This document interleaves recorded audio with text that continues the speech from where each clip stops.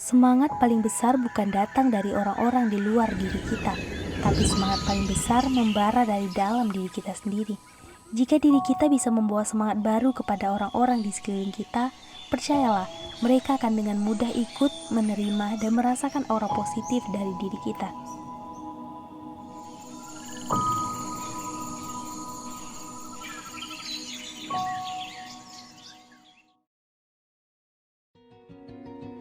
Ya, perjalanan kali ini memang membutuhkan semangat yang luar biasa.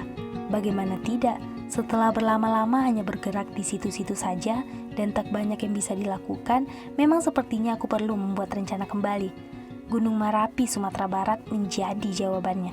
Bukan hanya karena dia berada tidak jauh dari tempat tinggalku, tapi juga pesonanya yang menarikku untuk mengunjunginya. Aku menghubungi beberapa temanku yang siap untuk diajak berkelana bersamaku. Melihat kondisi seperti saat ini, ditambah di sini juga tidak terlalu banyak orang yang mempunyai kesukaan pada dunia pendakian, membuat aku merasa sedikit kesulitan. Tapi tak apa, tak semua harus didapat hari ini, dan tak perlu terlalu terburu-buru juga. Kami berangkat dengan mobil pickup yang sudah disetting oleh teman-temanku, dengan diberi pelindung berupa atap dari terpal agar kami tidak kebasahan dan tidak membuang waktu percuma lagi. Tadi cukup ekstrim ya, karena hujannya membuat perjalanan kita jadi terhambat. Tapi kita bakal tetap melanjutkan perjalanan agar tidak melakukan trek malam.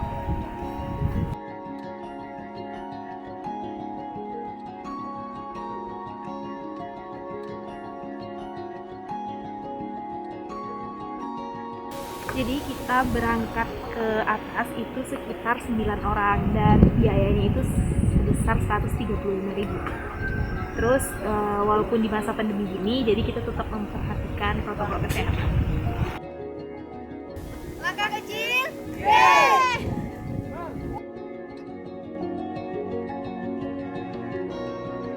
Perjalanan yang kita butuhkan buat bisa sampai ke puncak itu sekitar 6-7 jam, berarti karena sekarang sekitar pukul 3 siang, kita akan sampai sekitar pukul 10 malam. Jadi harus tetap semangat.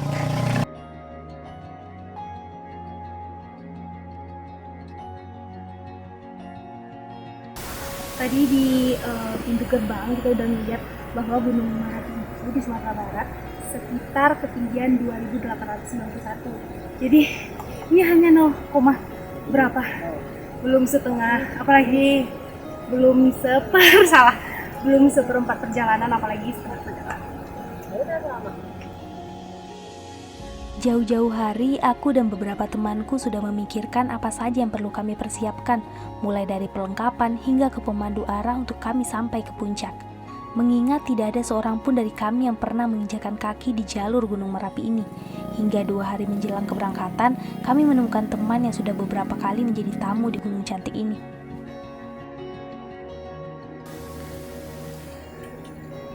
Jadi, karena hujan, treknya sedikit lebih rumit daripada kalau tidak hujan.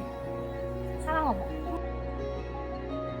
Menurutku lebih melelahkan ketika kita mengetahui jarak jalan yang harus kita tempuh dibandingkan dengan kita yang tidak mengetahui panjang dan lika-liku perjalanan.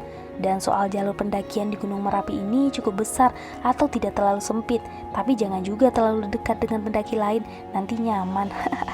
Hanya bercanda. Nggak boleh tidur. Nanti kalau tidur keenakan, ini lupa ya naik atas. Kami berhenti sedikit lebih lama di sekitar pos pertama sambil mengumpulkan energi untuk lanjut berjalan kembali dengan trek yang lebih menggoyahkan kaki.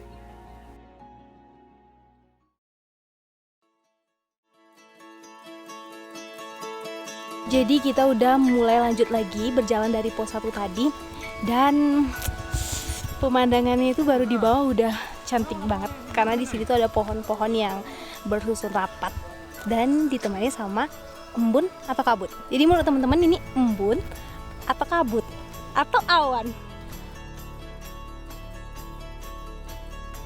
Aku lebih suka berjalan di bagian belakang dibandingkan aku berjalan di bagian depan, karena aku merasa ketika di depan langkahku seperti dikejar-kejar oleh teman-temanku yang berada di belakang. Atau itu hanya perasaanku saja?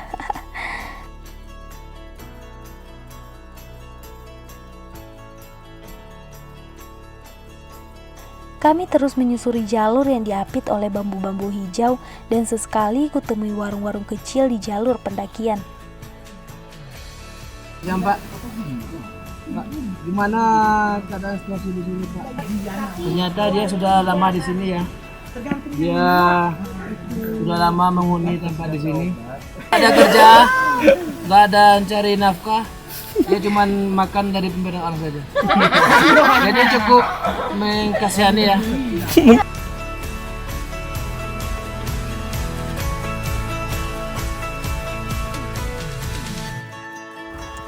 Melangkahkan kaki sedikit demi sedikit tapi pasti, agar tidak terlalu menguras energi, sembari ditemani oleh rintik hujan yang sesekali jatuh ke bumi.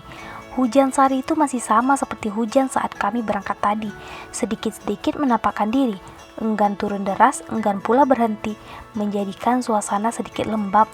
Tapi di gunung tidak perlu semua terlalu dirasa-rasakan, nanti malah kepikiran dan membuat berjalan menjadi tidak nyaman.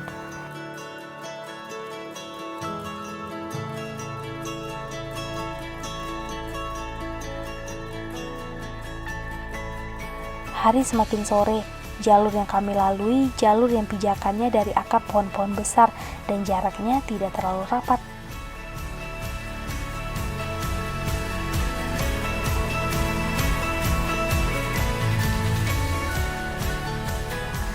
Jadi perjalanan kita sampai ke titik ini udah sekitar 1,5 jam. Masih cukup lama untuk bisa sampai puncak. Tapi sih buat kita puncak bukan jadi tujuan, tapi perjalanannya yang bikin kita menikmati. Jadi tidak harus cepat sampai puncak, tapi diusahakan juga tidak melakukan trek malam. Bicara soal peralatan yang aku bawa, awalnya merasa tidak terlalu penting membawa trekking pole atau yang aku sebut dengan tongkat gunung. Ternyata trekking pole ini benar-benar membantuku saat berjalan agar tidak oleng. Ditambah terkadang dia membantuku untuk menopangkan dagu. Tapi ada juga bagi sebagian orang atau pendaki tidak terlalu penting dan berguna menggunakan bantuan dari si trekking pole ini. Ya sesuai kebutuhan masing-masing saja.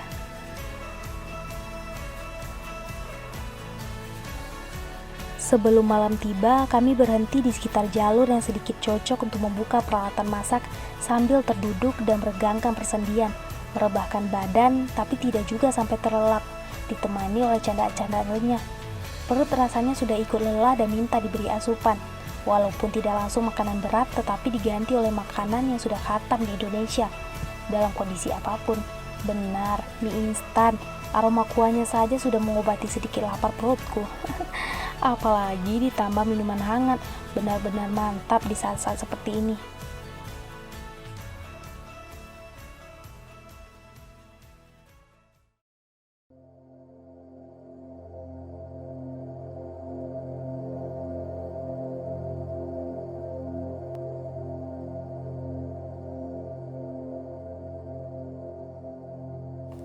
Namun kami juga tak ingin terlalu berlama-lama memberi jeda. Dingin semakin terasa, hari semakin gelap, dan cadas tempat kami akan bermalam juga masih jauh dari pandang mata. Dengan begitu, kami melanjutkan perjalanan tatkala detik waktu kian bergerak menuju larut malam. Dan kita tahu, tubuh manusia memang tidak diperuntukkan untuk melakukan aktivitas malam, apalagi mengeluarkan banyak keringat. Selain berbahaya bagi tubuh karena harus berebut oksigen dengan tumbuhan, melakukan trek malam juga mengancam keselamatan, karena penerangan yang kita dapat hanya sebatas lingkaran cahaya senter.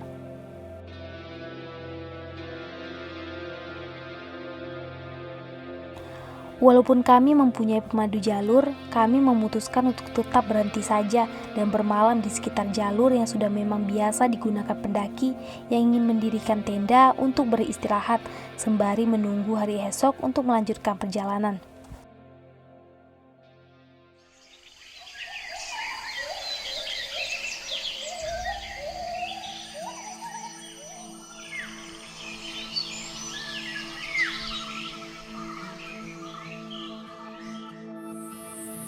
Semalam rasanya lelah sekali, tapi soal perut tidak boleh dikesampingkan.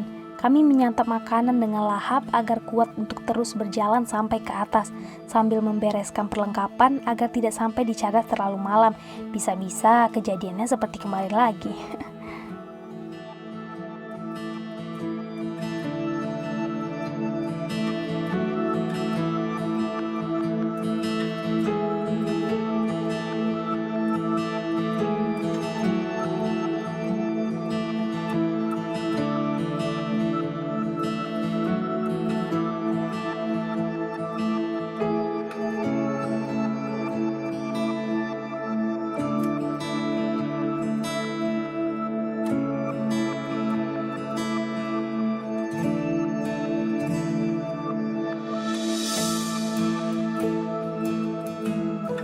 ngobrol sama Bang Prima. Katanya Bang Prima udah berapa kali ke sini? Ini yang kelima. Yang kelima. Nah, itu apa itu daya tariknya bisa berulang kali mau ke Merapi? Kalau dari segi pendakian itu sih, setiap pendaki itu sih punya cerita yang berbeda-beda. Jadi istilahnya kayak sama kelompok lain kita estimasi waktu itu. Jadi kita bisa menikmati suasana pendakian. Jadi setiap kelompok pasti punya cerita sendiri, iya, punya enaknya sendiri. Nah, kalau kita mendaki itu biasanya per grup. Nah, abang tuh lebih suka jadi leader atau jadi sweeper? Lebih suka jadi sweeper. Kenapa? Sweeper itu kayaknya tanggung jawabnya juga besar juga. Kayak dia tuh menjaga jumlah anggota dari awal sampai akhir pendakian. Tapi leader juga sih menjaga yang bagian belakangnya. Ya. Nah, leader itu biasanya posisinya berada di nomor 2. Setelah yang depan itu ada navigator, navigasi yang tahu jalan. Jadi kami bakal ngelanjutin perjalanan karena semalam ngecamp di tempat yang sedikit landai karena trek yang dilakukan terlalu malam. Jadi udah banyak yang kelelahan, akhirnya kami memutuskan buat ngecamp. Dan sekarang kami bakal lanjutin perjalanan untuk sampai ke Cadas.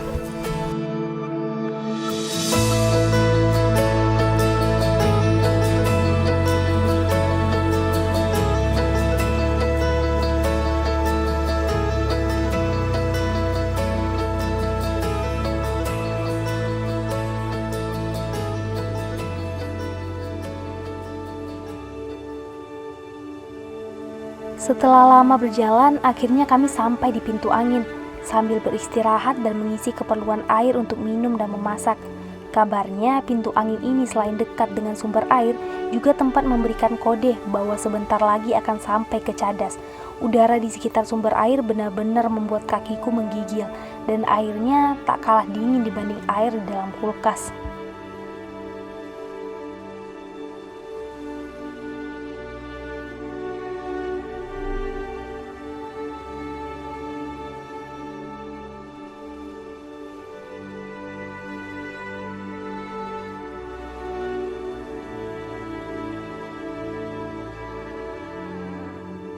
Jadi teman-teman, sekarang kita lagi mau persiapan buat masak. Nah, ngomong-ngomong soal masak nih, kita udah di-endorse sama ini, Pecel Lele Selera Malam. Nah, Pecel Lele Selera Malam ini punya menu baru, ayam goreng presto. Nah, di ayam goreng presto ini ada berbagai macam ayam, mulai dari ayam potong, ayam kampung, sama lelenya sendiri. Di setiap paket ini kita dapat sambal dari Selera Malamnya. Jadi ini udah satu paket. Ayam goreng presto ini mampu bertahan selama kurang lebih 3 hari atau lebih. Jadi cocok banget buat teman-teman yang melakukan pendakian atau kemah atau apapun itu dalam waktu lama. Jadi bisa langsung pesen aja ke sini. Alamatnya ada di Talawi. Spesialnya di Pecel Lele Selera Malam ini, kita bisa delivery apa aja yang kita mau. Jadi teman-teman tinggal pesan di nomor di bawah ini.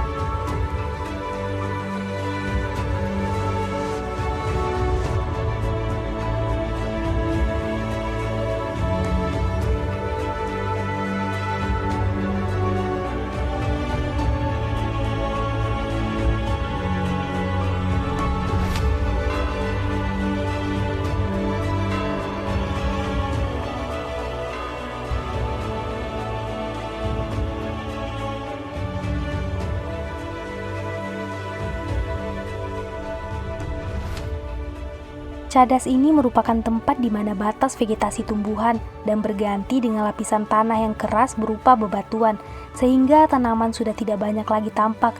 Biasanya juga tempat pendaki mendirikan tenda sebelum naik ke puncak. Matahari hendak terbenam dan hujan semakin erat menyelimuti langit, namun sesekali berhenti dan kami melihat indahnya kota dari ketinggian.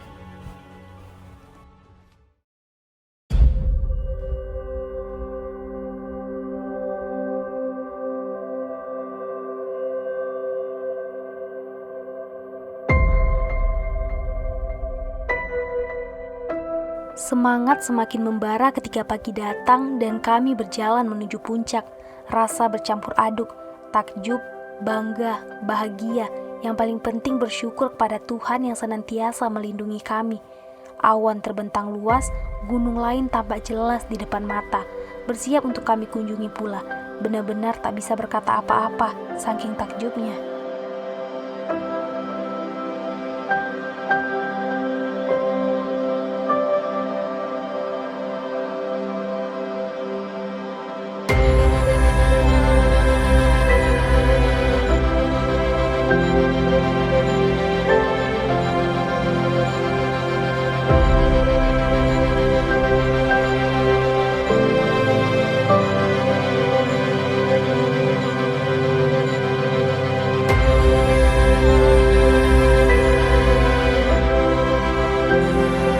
Cuacanya udah terasa lumayan dingin dari camp di bawah.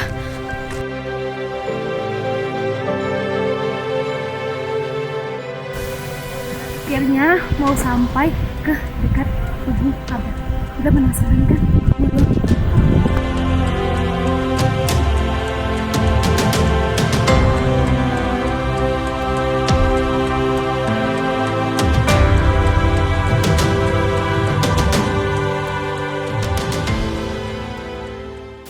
Oke, jadi kita sekarang ketemu sama pendaki lain di sekitar puncak Abel. Nah, sekarang dia udah bersama dengan Bapak apa? Nah, Pak Mul. Nah, Bapak Mul ini pendaki, tapi dia membawa teman-temannya ini. Ketemu di mana sih sama Bapak nih? Di jalur-jalur. Nah, ketemu di jalur. Jadi minta ditemenin sama Bapak nih. Bapak ini udah pengalaman banget ya? Ya, dibilang pengalaman kira-kira lah. Oke lah. Berapa kali sih Bang mendaki Merapi? Salah. Udah banyak ya. Namanya sudah gue di Merapi, sudah berapa kali? Ya udah paling khatam sama jalur-jalur di Merapi.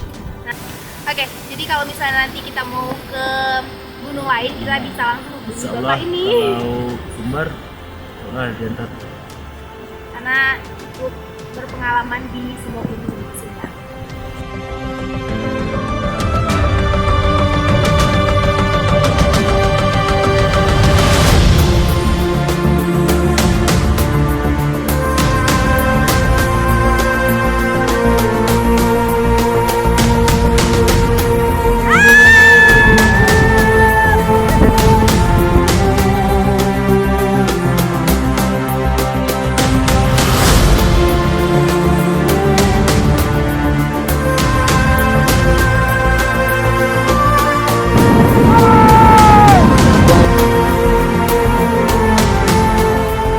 Takut akan membuat harimu dan rencanamu menjadi berantakan, tapi keberanian akan membantu mewujudkan apa yang kamu impikan.